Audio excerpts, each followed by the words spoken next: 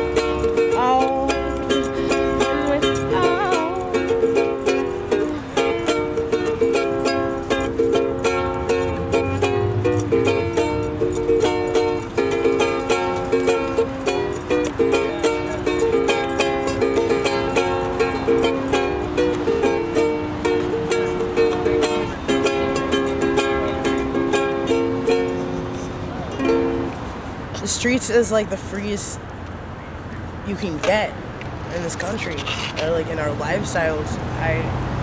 I can sleep wherever I want to. I have trouble living in boxes because they remind me of jails.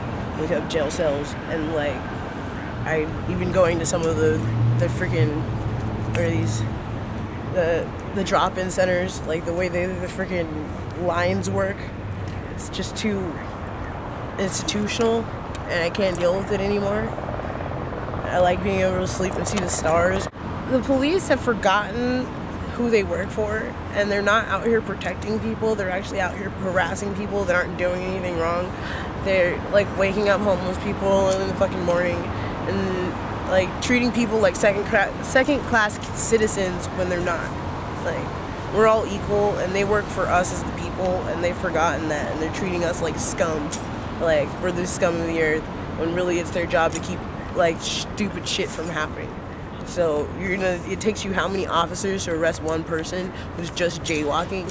Why aren't you out doing something productive, like catching rapists and murderers and like people doing bad things places? People are getting hurt places, and it takes this many people to arrest one person who's not doing anything violent. Well, here's the deal: is that we've been protesting in the federal park, setting up the tents, which we've got the legal right to do. They have set crime scene tape around there to where if you cross it, that's a felony.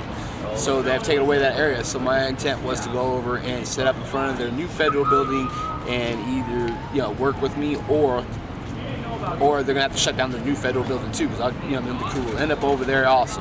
So I started setting up the tent. They came out, of course, approached me. They told me that I had to go ask for a permit. They said go right inside and ask for a permit. I went inside and once again got no response, because we went to the federal building yesterday asking for a permit. As of yet, have not gotten a response back. So I went and told them today. If not, they said I can't legally. They should even read me the law that says I can't block any pathways or anything like that. So while I was inside, I also noticed there's a big area with no pathway through it that easily set up a tent in. So that was my next intent. And I told them, I said, look, I'm gonna go in and set the tent up inside there. I'm not blocking any pathways, therefore not breaking any laws. And then they came out. Even the gentleman, we just sent him off an email. The gentleman who I guess does the permits has made me a promise within the next couple of days we will have some kind of relief on this whole situation. It made me some promises that they better come through with it, because if not, I'm going to go set up inside the federal building where I'm not blocking any pathways, or out to the side of the sidewalk, which is probably going to be the more likely area. I'm going to set out to the outside of the sidewalk right there where I'm not blocking any pathways. They just better keep in contact with me, because if not, yes, I will be back over there. I'm going to be a frontal assault. And, they can keep arresting me, throw me in there for a half an hour, and I'll come back out, set the freaking tent back up. We can play this game all day. I did get a little rest until about 4 o'clock in the morning, and then the cops came because we had a tent up, for shelter. It was raining, and we had it tied to this tree. We only had the front of the tent up just to give us some headspace, so we could get fresh air into the tent. It really was like a sleeping bag with a headspace. But they came and made us take it down and ran our names. You know how they do. They closed all the sidewalks around the federal park and both of the city parks, Chapman and Lonsdale, and Terry Shrunk, for sidewalk cleaning at like 8 o'clock yesterday morning. And they did come through with the sidewalk cleaning truck and clean some of them last night that I witnessed. But aside from that, they haven't let anyone sleep on those sidewalks since then. However, they did let people sleep in front of City Hall last night, even though they were pretty well harassed. People came by a couple times and wrote warnings for camping because they had a sleeping bag instead of a blanket. We're still here protesting. Those of us are still organized enough to not be even affected by their little pick up your stuff in the daytime. We already do that. Are here and are still going to be here. We're still going to be around. We're going to adapt to whatever. It's like Alex Jones told the Bilderbergers in the meeting with his loudspeaker: humanity will always win, as we always have. Love will always prevail. I have respect for a lot of the police who are kind, and all of them just as being human beings. But some of them are just pretty ugly. To watch them lie and tell people you're going to be arrested. Get out of here, you're going to jail. It's like, no, dude, you get out of here, or you're going to either cite me or arrest me, and then I'm going to be released. I don't know. It's the lying is very obvious now. The more I learn, the more that I know when they're lying. Like last night, it was a cop sitting there telling this whole group of people how it is. You guys are, you're here tomorrow night, you're gonna go to jail, and you can't have this. And I actually clarified from what I've read that there has been a camping ban in effect here for a long time. They just haven't been enforcing it.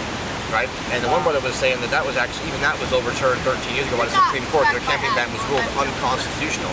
But even addressing their camping ordinance, you can still have a blanket, you just can't have a sleeping bag. So I mean, if they really want to, push it, like I know myself, I'll get right down to where I'm, even within their ordinance, just a blanket. I'll bring a big comforter instead of a sleeping bag. If you have like a pad like this, like a yoga mat, they'll say that's like camping gear. I even had this one, pardon my French, person acting quite chumpish tell me, oh, the first night he said to me, you have a couple bags of food next to you, where you're sleeping. So that is somehow indicatory that you are camping here. The next night, he actually said to me, I bet you got some food in that bag somewhere, implying that if I even have any food in my sleeping bag, they can construe it as I'm camping, okay? Which is obviously, and just so blatantly cut and dry, it's illegal to be homeless. You can sleep on the sidewalk. I mean, like when we first discovered that, back when the prayer vigil was started, when we first discovered that, we all started sleeping right there. It's legal to sleep anywhere in the city on the sidewalk as long as you're 8 feet away from the building, you're not obstructing or impeding the pedestrian traffic, etc. You can sleep on the sidewalk. But then, that's what I'm saying, if you try to be more comfortable than just a blanket and some cardboard, then they're going to try to say that it becomes that you're camping. So since the new mayor's come in, like they closed his courtyard after a certain hour of the day. I guess they intend to put like a coffee shop or a Starbucks here so they can make a little more revenue. Maybe that's just an excuse to try to get people out of here. But this is an unconfirmed fact for me, but someone mentioned to me that this is like the free speech plaza right here.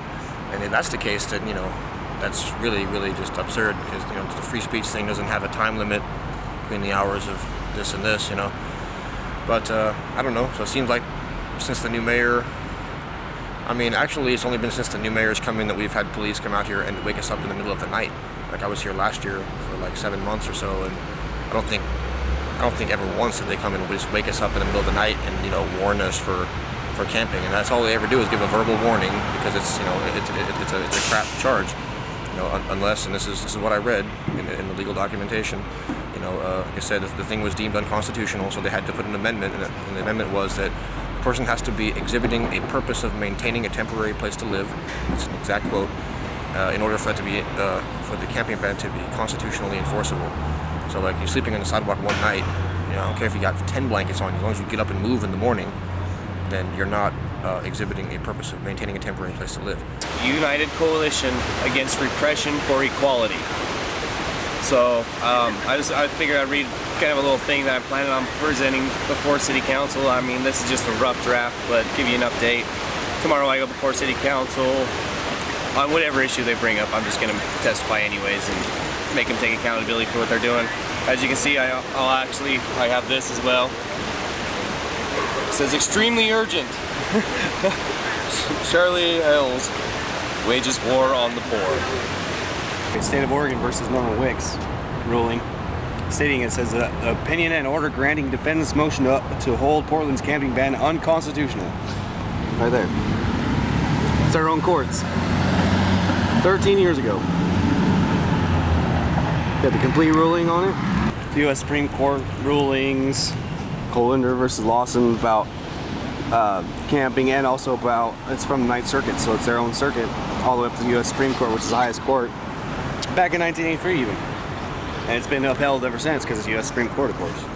But also states that they can't stop you from walking or setting your stuff down or anything like that. It's really good.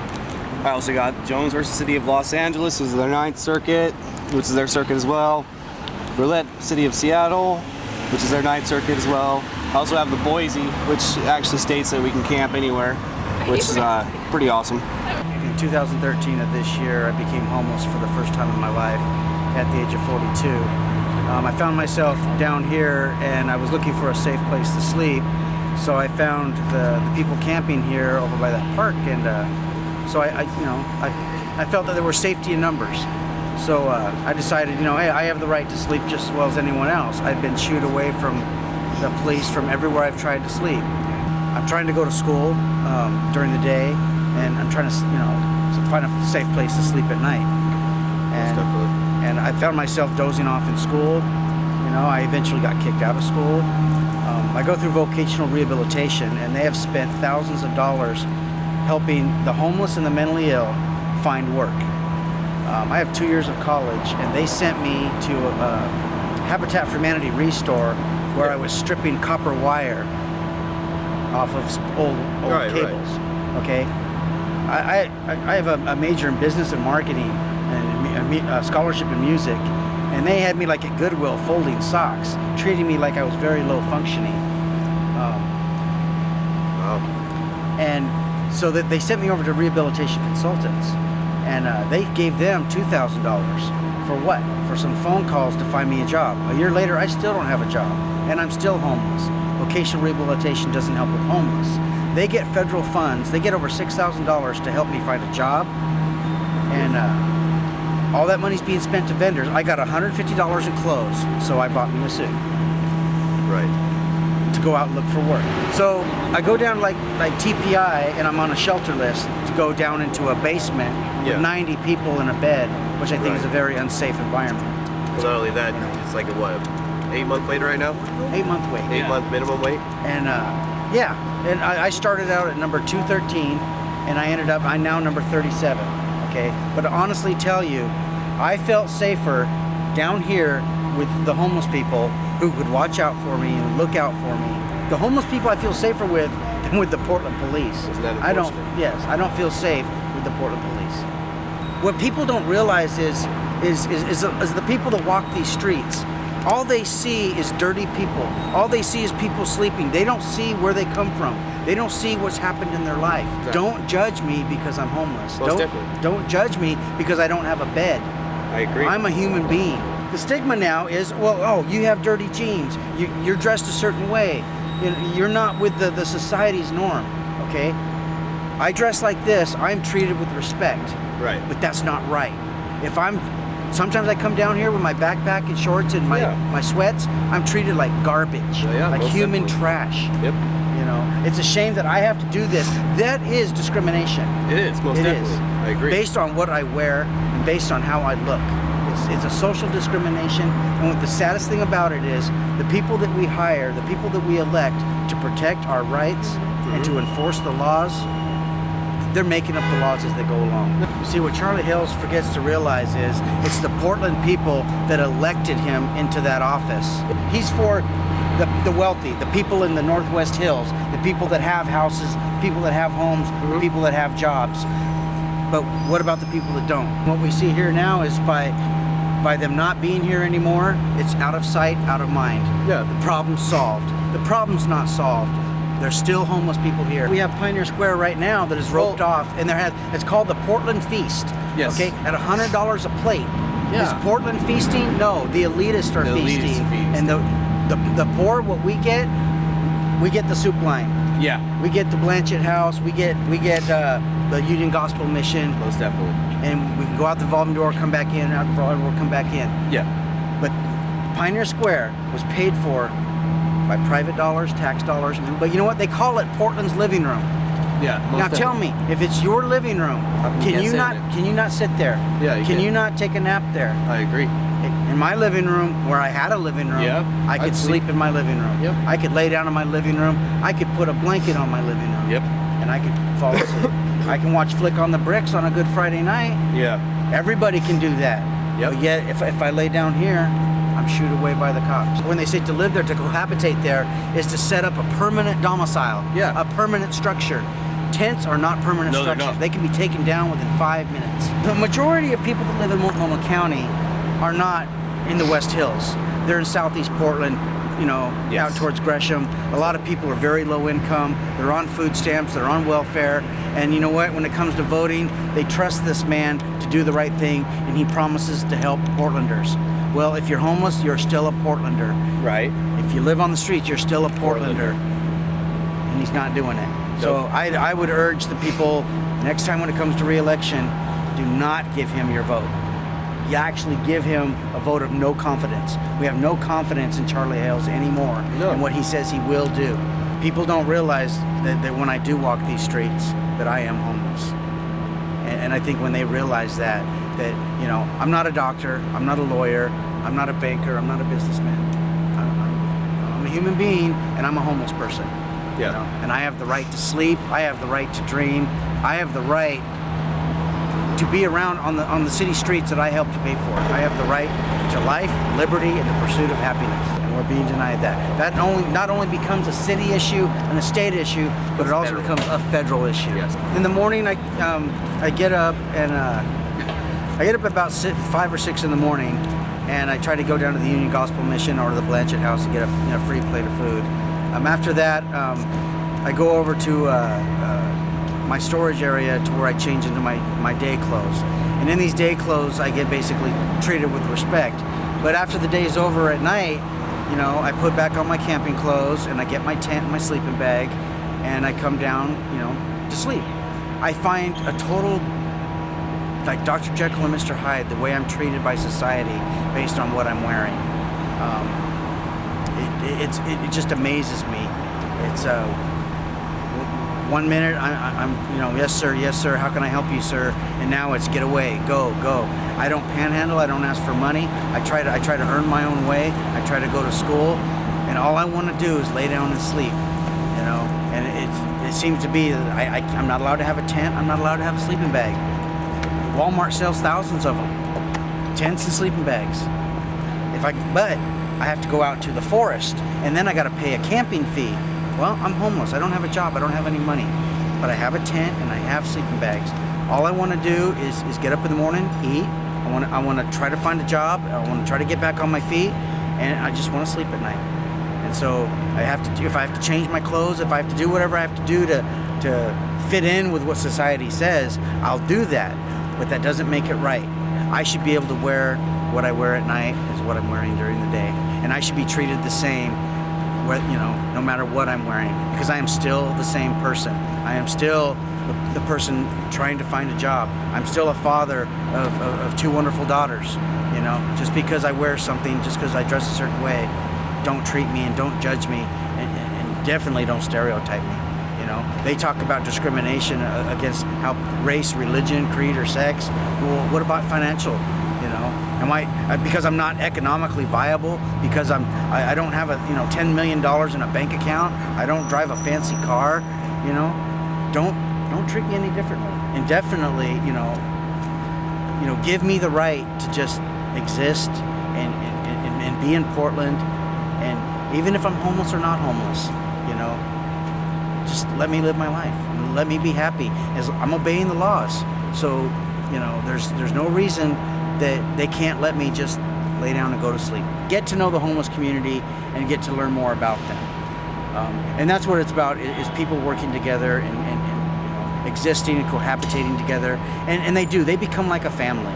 And I've seen the homeless down here, they are so much like a family. They watch after each other, they protect each other, and you know, and they'll do anything, you know, just to be safe, you know.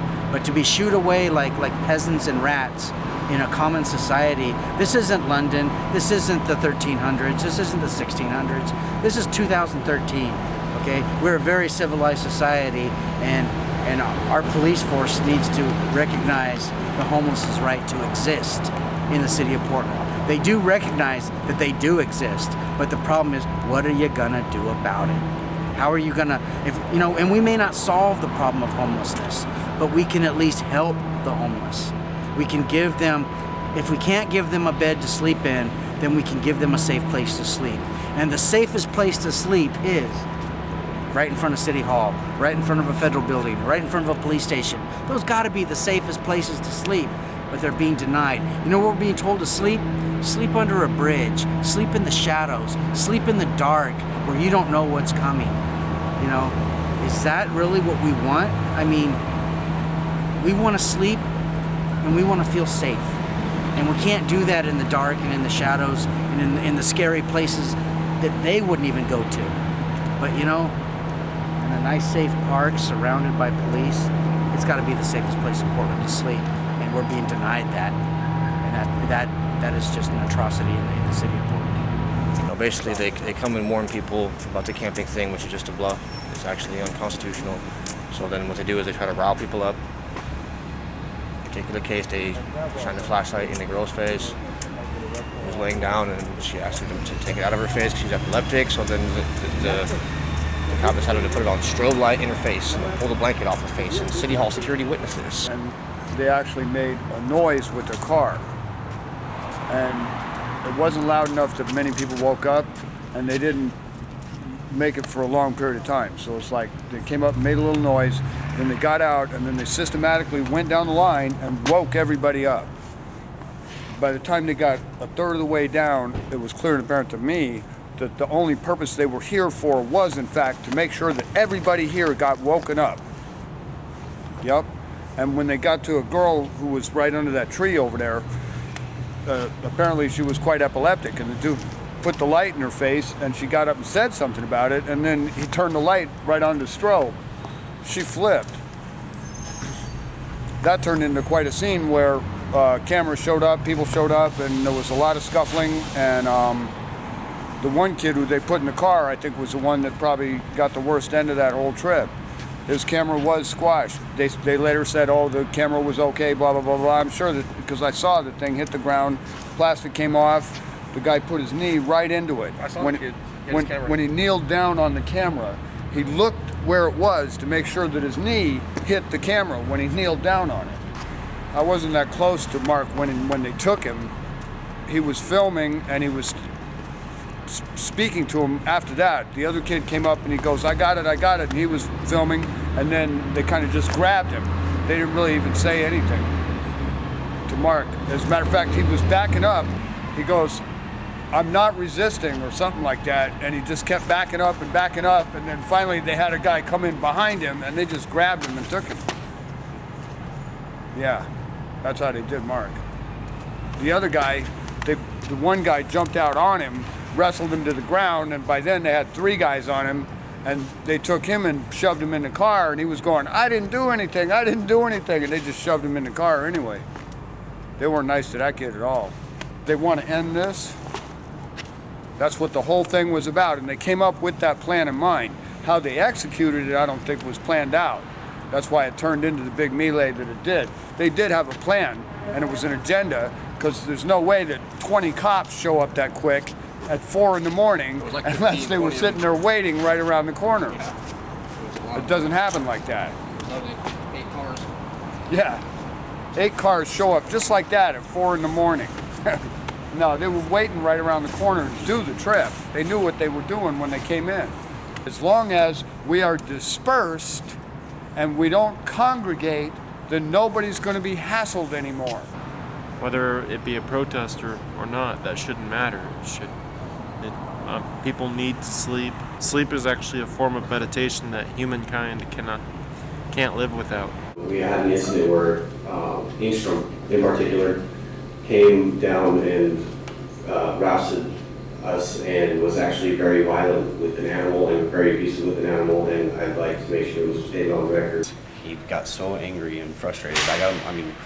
He hides his anger really well, but the point of the matter is that he actually was unprovoked when the dog came by, which is actually a service animal, a seizure service animal, required by the owner as an ADA dog to not be on a leash so it doesn't choke him out in a seizure.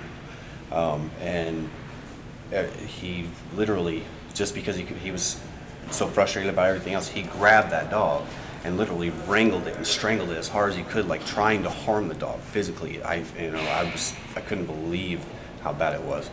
And when he did it, he wrangled it, and the dog never approached him aggressively. Actually, he was meandering, looking for his owner, making sure he was okay. Never bit him, never did any of that. So when he wrangled him, what he did is he hurried up and put his knee into the dog and started choking the dog out. And you can see, as he just steps up, after they actually come for no reason at all, because nobody was warned, nobody said step back, nobody did anything like that. He didn't even give him warning, saying step back or I'll be pepper spraying you. And he just starts pepper spraying people, the ones that are standing right there, just saying that, hey, it's an ADA dog, leave it alone, leave it alone. Now on the video, it looks pretty clear to me that the officer actually reaches out and grabs the dog and then does something to make the dog yelp a lot. It doesn't look like the police officer is recoiling, it looks like the police officer is going for the dog. They are trying to get people to leave the sidewalk. The people are arguing that, well, you need to get out of the way so we can pick up our stuff, get off the sidewalk. And so there's this kind of this back and forth about how we can get our stuff off the sidewalk. And they're saying they're going to power wash, come through and power wash.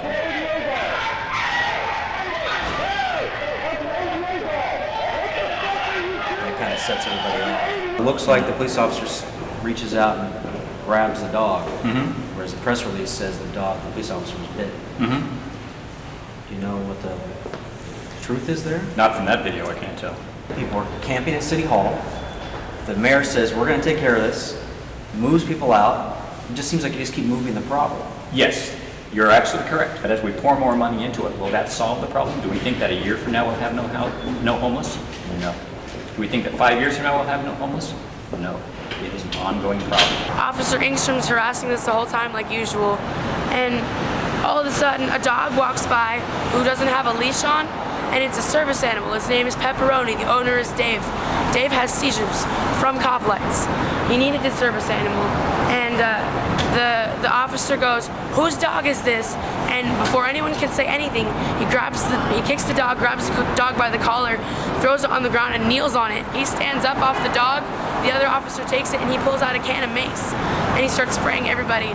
And he sprayed me, a 15-year-old girl, a pregnant woman named Leia, and also a 44-year-old woman who really probably shouldn't be maced at her age. You know what I mean? He sprayed everybody, and then he chased my friend Angel with mace into the street and threw him on the cop car. I filed a grievance, and that's about all we can do. I mean, Engstrom's been doing this to us forever. Good old Engstrom. I like to name his name because I'm putting it all out there now. He came through harassing people, trying to figure out ways to give him tickets, even though he's just been a pain in our necks all the time. But the main problem is he's got a history of being violent and other things, and he absolutely hates and despises homeless. Well, what happens is, straight up, I got him on film. I was filming him for I have the whole thing on film. When they got the dog away, he then stood up and without warning stepped through and sprayed everybody he could, intentionally. There was absolutely no warning, no get back. Nobody was, I have two angles of it. Nobody was saying hey, or being violent to the cop. They were just walking away. Hey, leave the dog alone. Leave the dog alone. That's all they were saying. They weren't saying, we're going to hurt you, we're going to get in, we're trying to get in there. So there was absolutely no reason for any of this excessive force. October 1st at 8 o'clock in the morning, 22 police showed up. That was the count that I put on it, with 9 cop cars and an SUV, and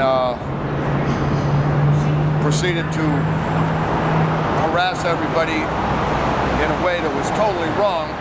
What happened to my dog was caught on tape. Apparently it's on the news. You know what I mean? It made it to the news. So, I intend to go to the court or to City Hall and press assault charges on behalf of my dog. Because that man had no right to kick my dog and then pick him up and slam him down. And my dog did nothing. And there's 30 witnesses to that. You know, the man asked, whose dog is this? And then before anybody could answer, he kicked at my dog and then picked him up and slammed him into the concrete. There's no way that that's justified. With an animal that's trained to be nice, he's a seizure animal. He's a trained service animal. He's not a violent animal. It's just people trying to get out of the rain. And now it's become a target for the police every morning. There's safety in numbers. Unfortunately, the numbers attract the cops, which hasn't been too safe for us lately. It hasn't been protect and serve. It's been beat and torture. There's one cop who said something to me. I was standing there talking about, I wasn't actually reading the paper like Mark was when they arrested him, or paralegal, but I was standing there, talking about the fact that the camping ban has been deemed unconstitutional, by the state and federal constitution, Article 1, Chapter 16, and the 8th Amendment, respectively. And it was deemed as cruel and unusual punishment. And I was just standing there, saying that like this is wrong what you're doing, basically quoting some of the what's the word I'm looking for, some of the relevant laws, and she said to me, she was like, keep it up and you're going to be next. And I was like, I have a very respectful relationship with most of the police out here, because it's like, respect, for the most part, human beings should be treated with respect, whether they're wearing a uniform or wearing regular clothes, or regardless of their position. So I respect them and they usually respect me. But that cop, that sergeant, I'd never seen her before, and anyways, I don't need to say her name, but I already said it when I wrote the thing to the mayor. Yeah, she said that to me, and I was like, wow, really? I was like, if I keep standing here quoting the law you're breaking, I'm gonna be next. I was like, make my fucking day, Usually I never yell or argue with the cops or anything, but I said that like in a loud voice. I was speaking from like across. I was over on the sidewalk, and she was like out by the car. I believe it was after she arrested Mark. She said that to me. It's not the end of the world, but that's pretty Nazi-esque, If you stand there and talk about the laws we're breaking, you're going to be next. The people who are actually here protesting, actually here with a positive, sober, clear-minded intention, they're protesting things that are really vastly more horrific and messed up in the world than just the little rabble that this can cause from time to time. The Business Alliance complains about, we're losing money because the people out there don't look, pretty for our rich, clientele. But it's not like they're hurting for money. Right now, I guess they're dumping a bunch of money into this thing called the Hyatt Lodge, some huge, over-budgeted project who's dumping millions of dollars into. So, and then they want to complain, we need money, we need more money. It's like, it's not like they're short of money to spend on fancy elitist, elite projects for the elite only. The main point is a money-based system of values. Is money your god, or you have a human, soul, like do you have a heart and it's, gut feeling when you see someone hurt, you feel that pain. Otherwise, you're just like insane with pathology of money and greed to the point where you actually believe that you shouldn't help someone unless they have enough money, or you shouldn't care about people who are out there freezing to death. I mean, to be able to really wrap your mind around that, if people are so desensitized now, it's like nothing, but it's like people are out there dying. They're gonna come, you can't have a blanket to cover you. We're not persecuting you for being homeless, just trying to cover up with a blanket and sleep at night in the cold. We think about people, we'll just let them go somewhere and die. Is kind of what the mentality is, and people just, they're people are programmed to be that way, programmed to be that materialistic, and they almost have to be that way to even survive themselves. They're living, on the edge. One paycheck, you miss 1 week of work, and you're on the street too. You're out, you're stuck in a job where you're never going to get ahead. You're always living at that stressful level, like just to the the point of almost breaking. It's more almost like a hate crime. It really is like a two-way thing. So certain businesses, certain places you can go. I've experienced this myself in the last couple of years. Doing this stuff, you can go in, and if they even look at you like you're, you might be a homeless person, you might be dirty or traveler or whatever, they immediately just treat you like a whole different class of people. That is absolutely real, just as realistic. Classism or racism or sexism or any other schisms, that people choose to adopt, just classifying people, even believing that all police are bad people, or believing that all homeless are bad people, or any group, that's all like lack of awareness, lack of understanding.